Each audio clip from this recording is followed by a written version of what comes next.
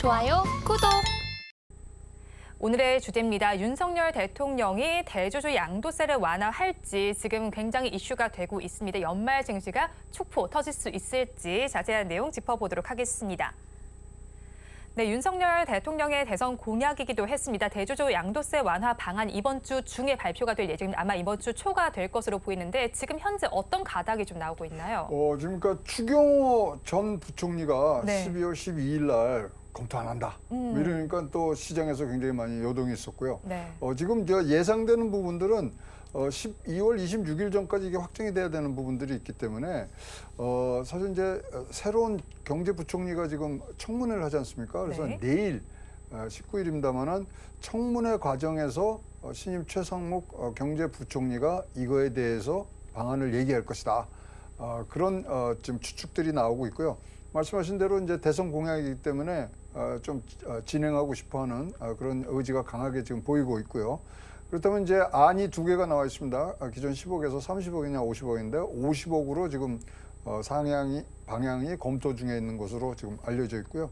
어쨌거나 이렇게 하면은 그럼 이것도 오래 걸리는 거 아니에요? 이러는데 이거는 법 개정 사항이 아니라 시행령으로 개정이 갔기 때문에 국회 입법 절차가 필요 없습니다. 그런데 이제 문제는 뭐냐면 2022년도에 세법 개정안 논의할 때 이거에 대해서 양당 간에 합의한 게 있어요. 네. 그게 뭐냐면 2025년까지 금융투자소득세 도입을 연기한다.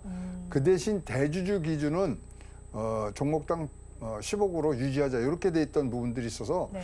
사실 이제 야당의 어떤 반응이 굉장히 지금 거세질 수 있는 부분들이 있고요. 지금 뭐 이렇게 하면 과세 대상으로 보면은 사실 7천 명 안팎으로 지금 보이고 있거든요. 네. 그럼 전체의 0.05%고요.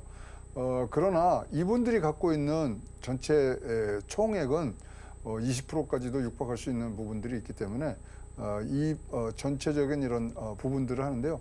그러면 우리가 이제 뭐 1,400만이니 뭐 우리가 개인 투자자들을 말씀하는데 반대 의견은 별로 없어요. 반대 의견은 별로 없는데 과연 이게 부자 감세냐, 이런 등등의 정치적 논쟁들이 지금 뭐 나오고 있습니다. 어쨌든 간에 다시 22년으로 돌아가면 2025년까지 금융투자소득세가 이제 도입되는 부분들이 지금 같이 겹쳐 있기 때문에 이것이 이제 정치적으로 굉장히 잘 풀려야 되는 부분이고요. 지금 사실 전문가들은 이게 없었으면 산타랠리가 좀 더 강하게 나왔지 않았을까? 뭐 이런 추측들을 지금 하고 있는 상황입니다.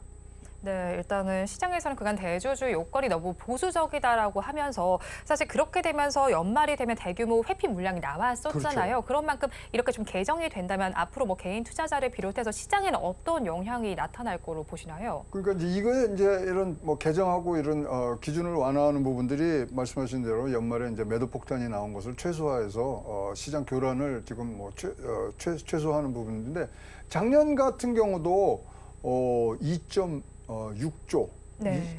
2조 6천억의 순매도가 이 기간 동안에 지금 발생했기 때문에 굉장히 큰 금액이죠. 그래서 그 부분들을 어떤 시장 교란을 좀 정상화하는 부분들이 있어야 된다는 생각이 있는데 이제 대주주 요건이 완화되면 자 우리 이제 오늘 같은 경우 그러니까 최근에 일어난 거를 보면 지금 요 관련돼서 굉장히 많이 떠오른 게 이제 2차 전지인데 네. 이 빠질 때는 5, 6% 빠지더니 오늘 같은 경우 대주주 완화가 가시화됐다는 얘기 나니까 다시 11%가 오르는 굉장히 지금 변동성이 크기 때문에 여러분들이 지금 주의 깊게 주의를 갖고 보셔야 되는데요.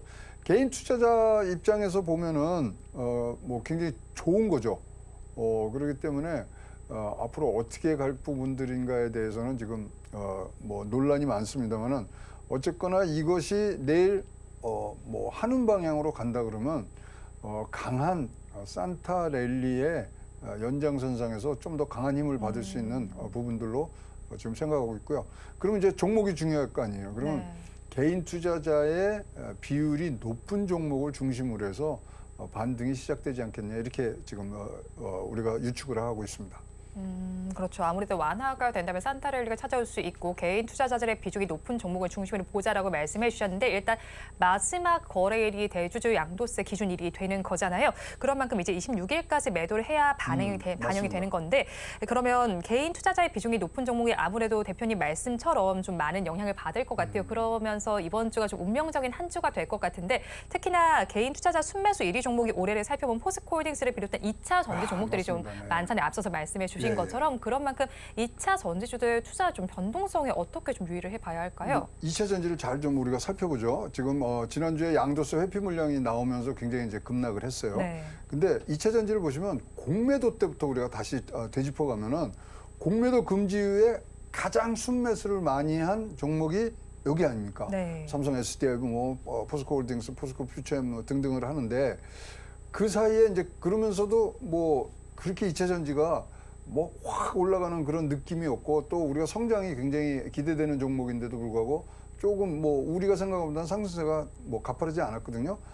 그리고 뭐 우리가 정책 자금이 2028년까지 2차 전지 사업 분야에 지금 38조가 지원된다고 그랬습니다. 이건 호재 중에 호재인데 네. 꿈쩍도 안 했어요. 거기다가 양도세 지금 기준을 뭐 우리가 검토 안 한다는 얘기가 12월 12일 날 나오니까 한 5%까지 빠졌단 말이죠. 네. 근데 지금은 이게 양도세 기준이 완화되는 것이 이제 가시화됐다고 하니까 지금 11%가 지금 올라가고 있기 때문에 굉장히 지금 변동성이 너무 많아요. 너무 많기 때문에 뭐 여기에 지금 들어가시라 마시라 지금 얘기할 수 없을 정도의 변동성을 갖고 있기 때문에 네. 여기는 26일 이후에 어떤 안정성을 찾는 그러니까 26일이 기준일이거든요. 네. 그 이후에는 이제 뭐 아무 그 영향이 없으니까 그때까지 사실 뭐 저는 굉장히 안정적으로 가시는 게 좋겠다. 사지도 말고 팔지도 마시라. 그런 부분들로 좀 지켜보시는 부분들이 있고요. 이렇게 테마성으로 한번 딱 들어간 건요. 금방 제자리를 찾습니다. 네. 그렇기 때문에 이게 장기화되는 부분들은 그렇게 극히 일부의 뭐 케이스이기 때문에 너무 뭐 조금이라도 손해 보시면 억울하시겠지만 26일까지 사지도 팔지도 말고 딱 홀딩하는 작전으로 가시는 게 더 좋지 않겠냐 이렇게 보여집니다. 26일까지는 2차 전지주에 대해서 좀 홀딩하는 관점을 좀 유지를 해보자라고 말씀해 주셨는데 이렇게 대주주 양도세 기준이 완화된다면 2차 전지는 뭐 당연히 저희가 생각해 볼 만한 분야였는데 또 다른 섹터에는 좀 어떤 수혜받을 섹터들이 있을까요? 그 이제 보면은 이게 뭐 개인 주주들이 이제 많은 데를 찾아가시는 게 일단은 변동성이 지금 네. 뭐 많은 부분들이 있겠지만 그래도 이제 앞으로 성장성에 대한 지금 기대감이 많고요. 지금 시장은 금리 인하에 대한 기대가 굉장히 지금 많이 충족돼 있지 않습니까? 그래서 뭐 이것들을 포함해서 여러분들이 뭐 검토를 하셔야 되는데요. 부동산 좋아 보이고요. 부동산도 여러분 뭐 그냥 부동산 하면 대형주 이렇게 사시는 게 아니라 대형주, 소형주로 지금 같이 사셔야 돼요. 그러니까 대형주 같은 경우는 조금 이 부채 비율을 보셔야 되고요. 소형주 같은 거는 수주 잔고나 성장성에 대해서 있는 그래서 부동산은 한쪽으로 모는 것보다 대형주, 소형주를 좀 섞으시는 부분들이 좋을 것 같고요. 역시 뭐 반도체, 자동차 네. 여러분 잘 아시는 부분은 성장 기대가 좀 높은 부분들 그리고 금리 인하에 대한 지금 뭐 가능성들이 높은 부분들이 굉장히 좋습니다. 원래 금리 인하가 되면 가장 먼저 이 혜택을 보는 게 부동산 그리고 건설주거든요. 네. 그래서 그런 부분까지 하면은 부동산주 굉장히 나빠 보이진 않지만 한 방향보다는 좀 섞어서 여러분들이 포트폴리오를 짜시는 게 좋지 않겠냐 보이고요. 그다음에 뭐 몇 번 말씀을 드렸습니다만 이렇게 경기 침체라든가 큰 위기상 다음에 가장 많은 뭐 성장세를 보였던 것은 역시 엔터 쪽이 항상 좋았기 때문에 네. 그 부분도 보시고 뭐 이렇게 금리 인하의 지금 소식이 오면 여러분 뭐 대형 기술주는 꼭 여러분 포트폴리오에 끼워 놓으셔야 될 그런 종목 중에 하나라고 보여집니다. 네, 부동산주를 비롯해서 이제 대형 기술주들까지 좀 언급을 해주셨으니까 투자 의견을 참고를 해보시기 바라겠습니다. 또 이제 FOMC가 가장 큰 이슈가 또 아니었을까 싶습니다. 비둘기파적인 색채가 강했던 이번 FOMC였습니다. 이후에 좀 금리 인하 기대감이 굉장히 높아지고 있습니다. 그러면서 내년 2분기 후에는 코스피 지수가 3,000을 돌파할 가능성도 제기가 좀 되고 있더라고요. 그러면 우리 증시가 좀 반등을 시도하는 게 내년 초까지 좀 거세질 것으로 보시는지 궁금합니다. 예상 밴드는 어느 정도로 예측하실까요? 내년도는요 무조건 요거 하나는 꼭 외우고 가셔야 되는 뭘 게 외울까요? 업황하고 업황하고 지수하고 같이 가는 종목들이 있어요. 고기가 내년에는 알짜배기입니다. 어쨌든 간에 그렇다면 3,000선을 돌파하는 게 지금 뭐 굉장히 목표로 돼 있고 뭐 골드만삭스니 다 3,000선 지금 돌파한다는 얘기들을 하고 있는데 이거는 결국은 뭐를 지금 전제 조건으로 하냐면 경제 지표에 대한 개선 징후가 나타났을 때 이것이 3,000선 가는 거거든요. 네. 그래서 일단은 거기에 뭐 디딤돌을 만드는 게 일단 Q4의 실적이 나오는 부분들이 있고요. 그다음에 성장 기대감이 장착이 된 업종들이 확실히 상승 모멘텀을 갖고 갈 수 있는 부분들이 봐서 일단 금리 인하에 대한 기대감으로 지금 2,400에 있던 하방 저지선이 2,600으로 올라갈 것 같고요. 그다음에 3,000선은 분명히 한번 건드릴 수 있는 부분들이 있다고 생각하고요. 근데 이거는 이렇게 해서 그냥 우상향할 수 있는 지금 여건은 안 돼요. 왜냐하면 전 세계가 같이 경제 개선의 어떤 징후를 봐야 되는데 들쭉날쭉이고 전쟁도 두 곳에서 나고 있고 이러기 때문에 지금 월가의 전문가들이 종합해서 내놓은 거는 조정기는 온다. 조정기가 오는데 한 번 오느냐 두 번 오느냐고 첫 번째는 분명히 금리 인하가 가시화되는 7월, 8월, 6월, 7월 그때는 조정기가 분명히 온다. 그래서 거기를 한번 여러분 캘린더에 한번 표시를 해놓으시면 작전을 그러니까 6개월 단위로 끊어가시는 부분들이 내년도에는 기본적으로 여러분들이 갖고 가셔야 될 그런 가이드라인이라고 보여집니다. 일단 뭐 무상향 기존이 있겠지만 조정기는 겪을 수 있다. 그게 7, 8월 정도로 예측을 해주셨는데 사실 연준 내부에서는 파월의 발언이 너무 비둘기 파석이었다라는 그렇죠. 이야기도 나오고 있더라고요. 네. 이 FOMC 이후에 연준 내부의 분위기는 좀 어떤가요? 그러니까 지금 일단 싸움의 지금 근원이 뭐가 됐냐면요. 금리 내리니 오르니가 아니라 경제 전체 전반에 대한 지금 판단에 대해서 지금 의견들이 엇갈리고 있습니다. 요번에 금리 동결한 거는 만장일치지만 내년에 경기가 좋다 안 좋다 이거는 극렬하게 지금 갈리고 있거든요. 그래서 거기에 대해서 어떤 컨센서스가 이루어지는 과정에서의 이제 제롬 파월에 대한 평가가 이제 달라지기는 하겠습니다만은 어쨌든 간에 일단 전체적인 그 경기 호황에 대한 표시들이 나와야 되고요.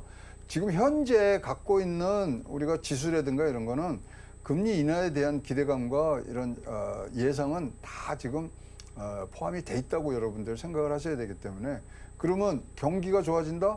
그거는 바로 실적이라고 여러분들에게 말씀드릴 수밖에 없으니까 Q4의 실적 꼭 보셔야 되는 굉장히 중요한 Q4 실적이 될 것 같고요.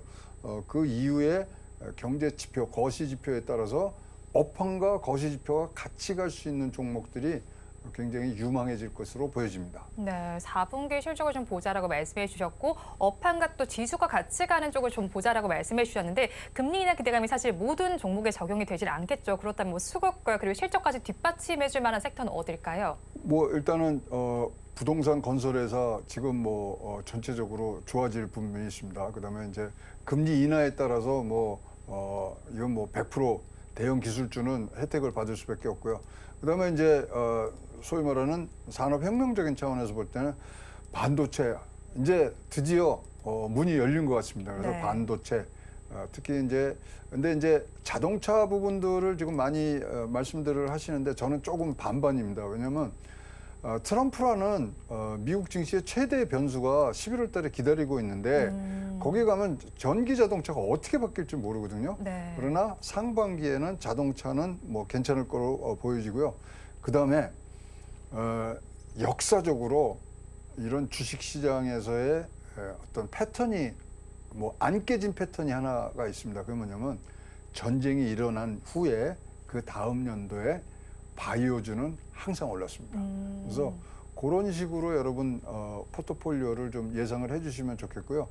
지금 굉장히 뭐 연말까지 뭐 시간이 얼마 안 남았지만 사실 미국에 있는 큰 대형 투자자 기관이나 이런 데서는 트럼프에 대비해서 지금 자기네 포트폴리오들을 바꾸는 작업들을 시작을 했거든요. 네.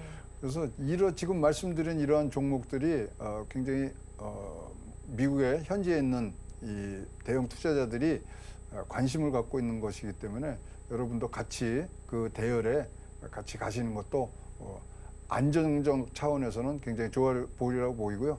내년도 하여튼 미국 증시의 변수 중에 변수는 트럼프라고 보여집니다.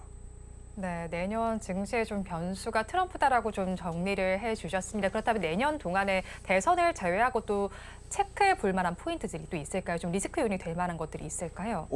내년에 두 가지 보시면 됩니다. 일단 이 선거 과정이 어떻게 진행하느냐. 네. 두 번째, 제일 중요한 거죠. 이거는 모든 보고서에 나오는 건데 중국 경제의 반등이 과연 일어날 것인가. 지금 뭐 12자짜리의 이 캐치프레이즈가 나왔습니다마는 결국은 내년도에 증시의 2대 변수는 미국 대선과 중국 경제의 반등 두 가지가 가장 중요한 키워드라고 보여집니다.